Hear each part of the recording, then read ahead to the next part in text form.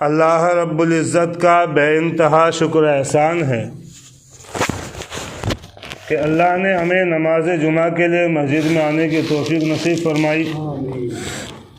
ہمارے سامنے جو سبق چل رہا ہے سیرت النبی صلی اللہ علیہ وسلم کا، الحمدللہ ہم اس کو بغور سماعت فرما رہے ہیں۔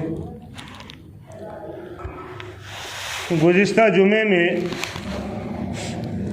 نبی کریم صلی اللہ علیہ وسلم کے وہ حالات سفر ہم نے سنے تھے،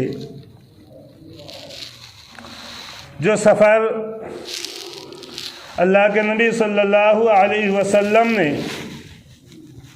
خدیجۃ الکبریٰ کی طرف سے کیا تھا۔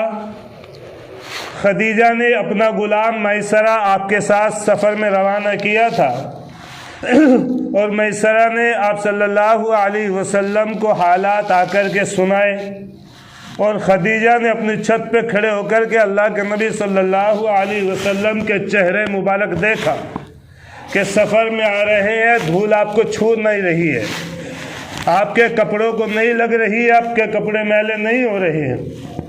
آپ کے حالات سفر کو دیکھ کر کے، میسرہ کی گفتگو سن کر کے، حضرت خدیجہ رضی اللہ تعالی عنہا نے اللہ کے نبی صلی اللہ علیہ وسلم سے نکاح فرمایا،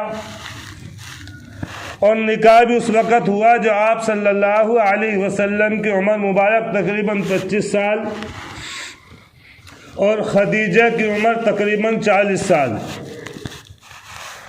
یعنی اللہ کے نبی کا پہلا نکاح بھی اس وقت ہوا جب آپ کی عمر آپ کی بیوی کے مقابلے میں 15 سال کم ہے۔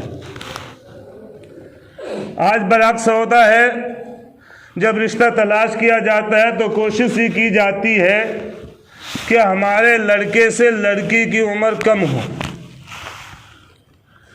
لیکن اللہ کے نبی صلی اللہ علیہ وسلم کے اس پہلو سے اور اس عمل سے پتہ چلتا ہے کہ اگر لڑکی نیک مل جائے تو پھر اگر عمر زائد ہے اور لڑکی نیک ہے تو نکاح کر لینا چاہیے۔ عمر تو کم ہے، لڑکی نیک نہیں ہے، شادی کر رہے ہیں، بعد میں اس کا پچھتانا ہوتا ہے، لیکن اگر لڑکے سے کچھ زائد عمر کی بھی مل جائے بشرطے کہ صالحہ ہونی چاہیے، اور اگر صالحہ مل جائے تو نکاح کر لینے میں حرج نہیں ہے، سنت نبی صلی اللہ علیہ وسلم ہے۔ اور اللہ کے نبی صلی اللہ علیہ وسلم نے اور بھی نکاح جو ہے بیوہ سے کیا، اور سب سے بڑی بات یہ ہے کہ آپ صلی اللہ علیہ وسلم کا پہلا نکاح خدیجۃ الکبریٰ سے ہوا، جبکہ خدیجہ کے پہلے 2 نکاح ہو چکے تھے، خدیجہ بیوہ تھی۔ اب تیسرا نکاح اللہ کے نبی صلی اللہ علیہ وسلم سے ہو رہا ہے، تو کچھ لوگوں کو شکایتیں ہوتی ہے کہ اللہ کے نبی صلی اللہ علیہ وسلم نے اتنی شادیاں کیوں کی۔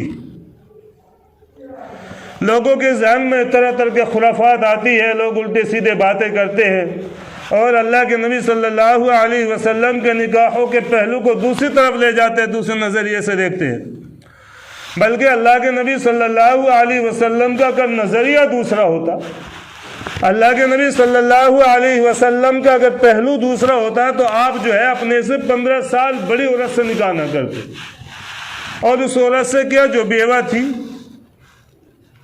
بہرحال اللہ کے نبی صلی اللہ علیہ وسلم کا اتنا نکاحوں سے صرف اور صرف ایمان کی جو ہے اشاعت تھی، اور تبلیغ تھی کہ دین کی تبلیغ ہو جائے، جتنے خاندان سے رشتہ جڑے گا اتنے خاندان سے دین کو تقویت ملے گی، مدد ملے گی۔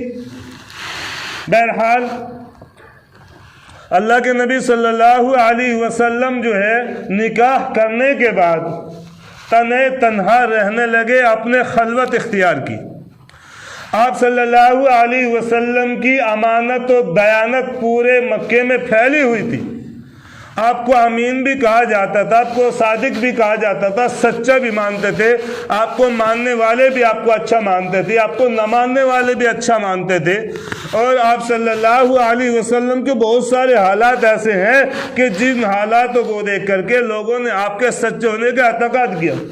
جیسے کہ آپ صلی اللہ علیہ وسلم کی عمر مبارک تقریباً 35 سال، اور خانہ کعبہ کی 80 تعمیر ہونے کا نمبر آ گیا، الگ الگ خاندان کے بیٹھے ہوئے سب نے اپنے فیصلے کیے کہ ادھر کی دیوار ہم کریں گے، ادھر کی ہم کریں گے، ادھر کی ہم کریں گے، ایک طرف کی دیواریں ہم کریں گے، اور حجر اسود کا نمبر آیا تو اس پتھر کو لے کر کے، حجر اسود کو لے کر کے سب نے جھگڑنا شروع کر دیا۔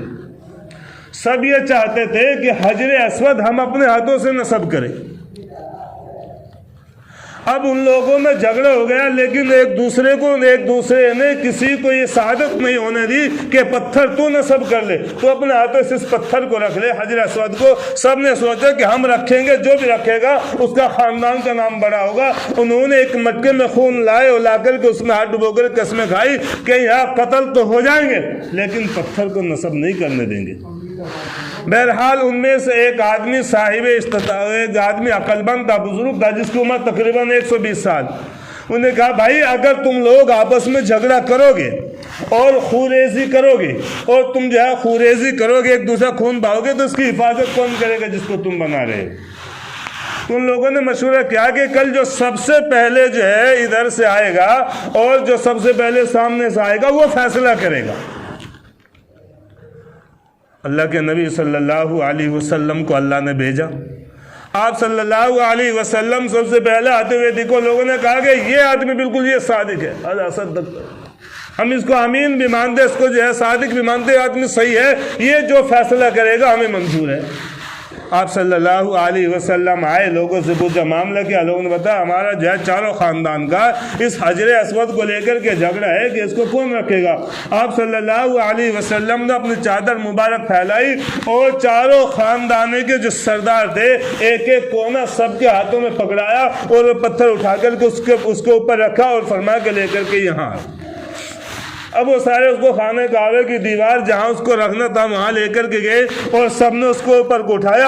آپ صلی اللہ علیہ وسلم نے اس پتھر کو، حجر اسود کو اپنے ہاتھوں سے اٹھا کر کے جہاں اس کی جگہ تھی، جہاں رکھنا تھا وہاں رکھ دیا۔ سب خوش ہو گئے۔ اب اس چیز کو اوپر سب رضامند ہو گئے کہ واقعی جو ہے یہ فیصلہ بالکل صحیح ہوا ہے۔ اگر کوئی ایک اس کو رکھتا تو جھگڑا ہو جاتا اور ہم سب کے اس میں ہاتھ لگ گئے۔ تو اس بات کو لے کر کے بھی وہ لوگوں کو آپ کے اوپر اعتقاد تھا، لیکن اگر دشمنی تھی تو جو جس چیز کی آپ جو اشاعت کرنے والے تھے اس چیز سے دشمنی تھی ان کو۔ بہرحال آپ صلی اللہ علیہ وسلم تنہا رہنے لگے، اور آپ صلی اللہ علیہ وسلم نے جب آپ کی عمر تقریباً 40 سال کے قریب ہوئی، آپ رہنے لگے غار حرا میں جا کر کے۔ آپ وہاں جاتے تھے، پورا دن آپ اللہ اللہ کرتے تھے، اللہ کے رٹ لگاتے تھے، دنیا سے بالکل الگ تھلگ، اللہ کی ذات میں، اللہ کی شان میں غور و فکر کرتے تھے اور اللہ کرتے تھے، اور صبح کو جاتے تھے، شام تک وہیں رہتے تھے، وہیں اللہ کی عبادت کرتے تھے، شام کو واپس آ جاتے تھے اور آپ وہیں رہتے تھے۔ اللہ رب العزت نے آپ صلی اللہ علیہ وسلم کو وحی دینے کا، آپ نے سوچا آپ نبی تو تھے ہی، لیکن اب نبوت سے سرفراز ہونے کا جب نمبر آیا تو اللہ رب العزت نے جبریل امین علیہ السلام کو نبوت لے کر کے بھیجا، اور آپ صلی اللہ علیہ وسلم غار حرا کے اندر موجود، اور جبریل امین علیہ السلام آتے ہیں، اور آنے کے بعد اللہ کے نبی صلی اللہ علیہ وسلم سے کہا اقرا۔ اللہ کے نبی صلی اللہ علیہ وسلم جبریل امین علیہ السلام کو دیکھ کر کے چونک گئے۔ جبریل امین علیہ السلام نے فرمایا اقرا۔ اللہ کے نبی صلی اللہ علیہ وسلم نے فرمایا لا انا بقاری۔ جبریل امین فرماتے ہیں کہ پڑھیے، لیکن آپ کیا کہتے ہیں؟ میں تو پڑھا لکھا نہیں ہوں، آپ امی تھے۔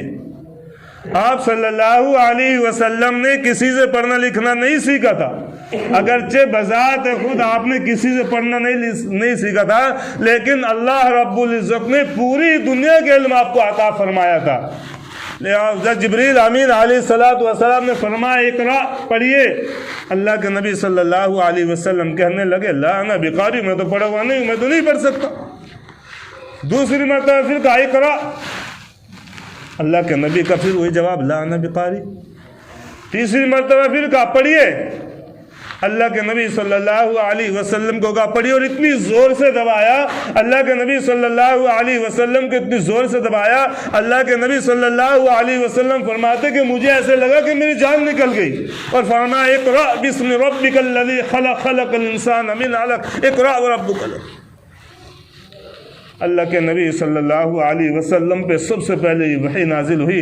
आप सल्लल्लाहु अलैहि वसल्लम को नबूवत मिली और जिब्रील अमीन अलैहिस्सलातु वस्सलाम चले जाते हैं। अल्लाह के नबी सल्लल्लाहु अलैहि वसल्लम गारे हिरा से निकलते हैं, पसीने में शराबोर हैं, घबरा रहे हैं, आपके ऊपर लर्जा तारी है और ऊपर से नीचे तक पसीने में है, आपका पूरा बदन दर्द कर रहा है, आपका पूरा जिस्म दुख रहा है और पसीना आपके माथे आपके ऊपर से नीचे तक पसीने में है और घबरा रहे हैं, आपके ऊपर कपकपी है, ऐसा लगता है जैसे सर्दी में कपकपी होती है। अल्लाह के नबी सल्लल्लाहु अलैहि वसल्लम खदीजतुल कुबरा के पास जाते हैं और जाने के बाद खदीजतुल कुबरा से फरमाते हैं कि ज़म्मिलूनी ज़म्मिलूनी, कि मुझे चादर उठाओ, मुझे चादर उठाओ। खदीजा देख करके हैरान हो जाती है, अल्लाह के नबी आप रोजाना जाते हैं, सही सालिम आते हैं, आज आप घबरा रहे हैं, ऊपर से नीचे तक पसीना है, आपको हुआ क्या है? किसी शहर का असर तो नहीं हुआ है, किसी जादू का असर तो नहीं हुआ है? अल्लाह के नबी फरमाते हैं पता नहीं मुझे क्या हुआ है,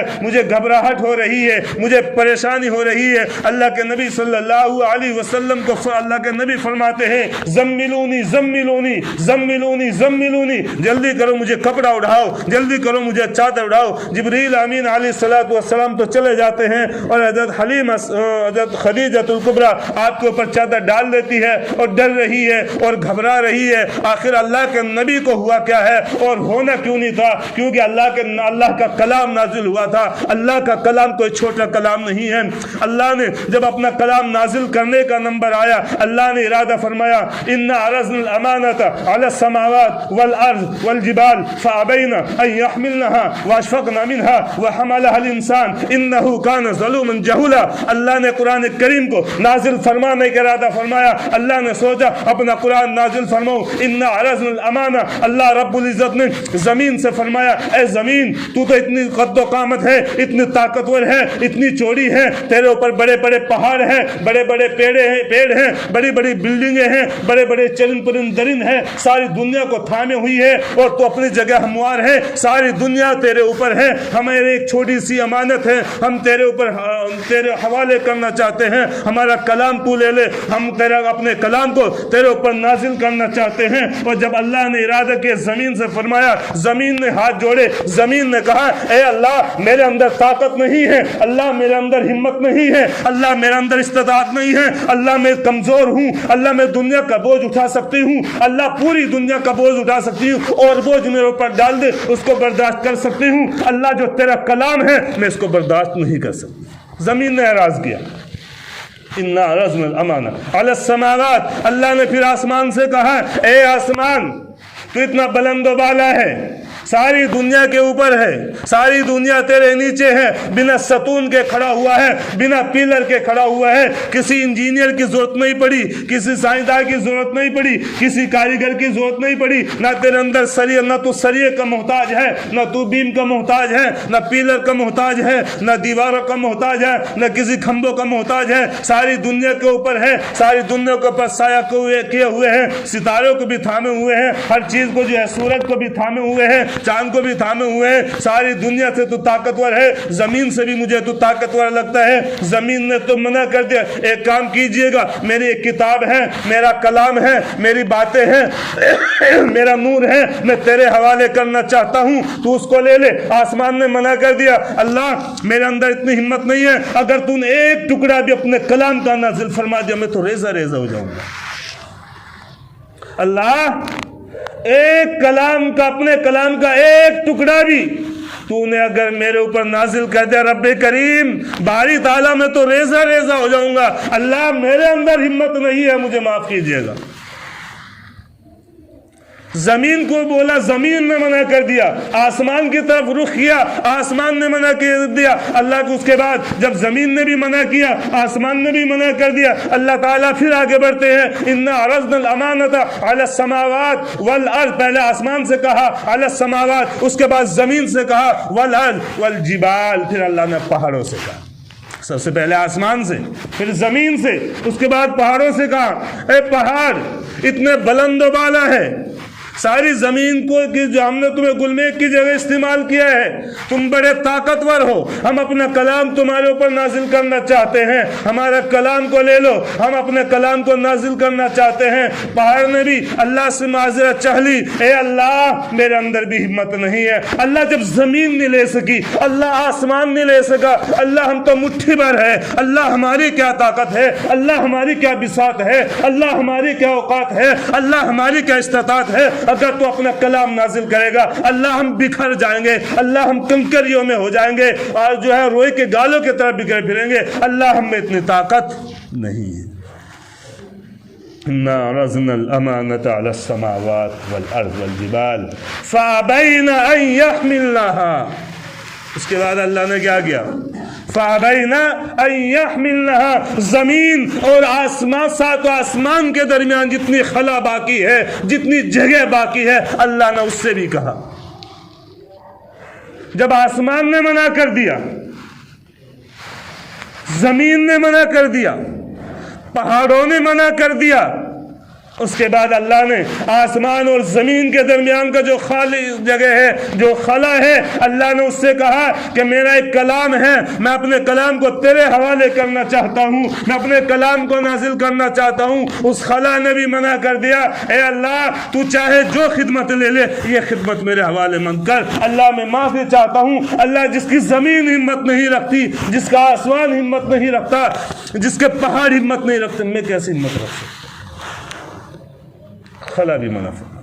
इन्ना अरज़नल अमानता अला समावात वल अर्ज़ वल जिबाल फ़अबैना अन यहमिलनहा व अशफ़क़ना मिनहा व हमलहल इंसान।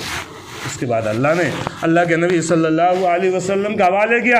आज लोग शिकायतें करते हैं कि कुरान की मुख्तसर सी आयत थी, कुरान करीम के मुख्तसर सी चंद आयत थी। अल्लाह के नबी सल्लल्लाहु अलैहि वसल्लम तो पूरी दुनिया के लिए बनाए गए हैं, और अल्लाह के नबी सल्लल्लाहु अलैहि वसल्लम के ऊपर कुरान करीम को नाजिल किया गया। तो अल्लाह के नबी सल्लल्लाहु अलैहि वसल्लम को ऐसा लग रहा है जैसे मेरे ऊपर पहाड़ रख दिए गए हों, पता नहीं कितना बोझ लग रहा है। अल्लाह के नबी का दिल भी घबरा रहा है, अल्लाह के नबी पसीने में शराबोर है। अल्लाह के नबी को चादरों में डाल दिया गया, चादरों के अंदर भी अल्लाह के नबी सल्लल्लाहु अलैहि वसल्लम घबरा रहे हैं। और आपके घबराहट को देखकर अल्लाह के नबी ने फरमाया कि खदीजा मुझे लगता है मेरी जान निकलने वाली है। हलीमा ने सोचा पता नहीं मेरे महबूब के ऊपर, मेरे आका के ऊपर, सरवारे कौनैन के ऊपर, दुर्रे यतीम के ऊपर किसी का सहर तो नहीं हो गया है। आप सल्लल्लाहु अलैहि वसल्लम को लेकर खदीजतुल कुबरा अपने भाई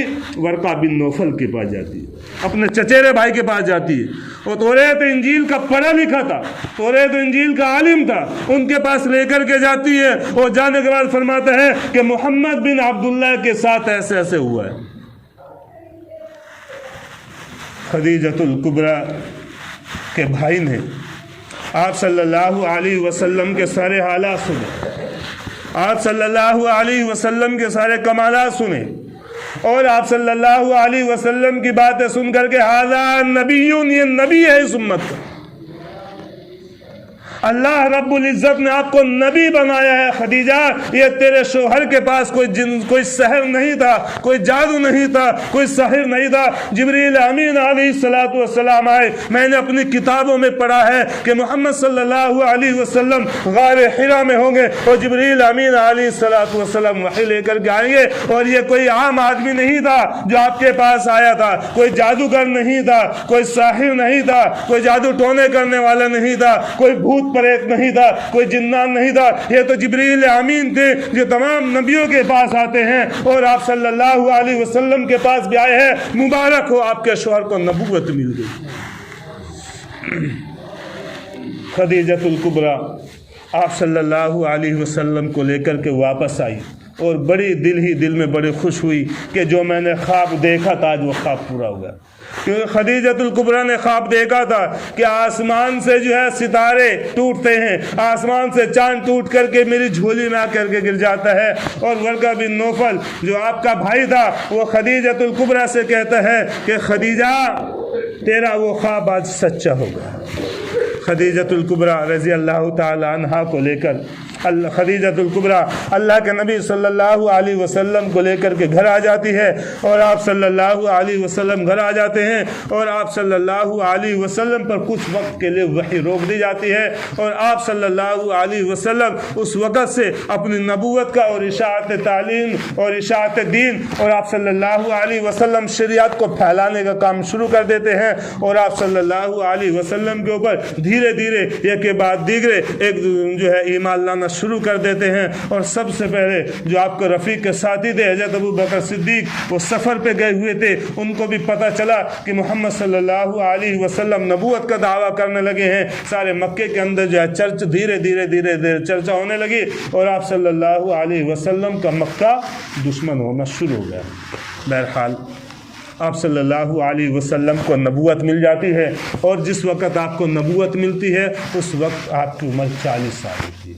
तो आप सल्लल्लाहु अलैहि वसल्लम को 40 साल में जाकर के नबूवत मिलती है और इंशाअल्लाह आज से वो नबूवत का सिलसिला शुरू हो जाता है। अल्लाह ताला अमल करने की तौफीक अता फरमाए। अल्लाह रब्बुल इज़्ज़त आप सल्लल्लाहु अलैहि वसल्लम के सदक़े में हम सब की मग़फ़िरत फरमाए। व आख़िरु दावाना अनिल हम्दुलिल्लाहि।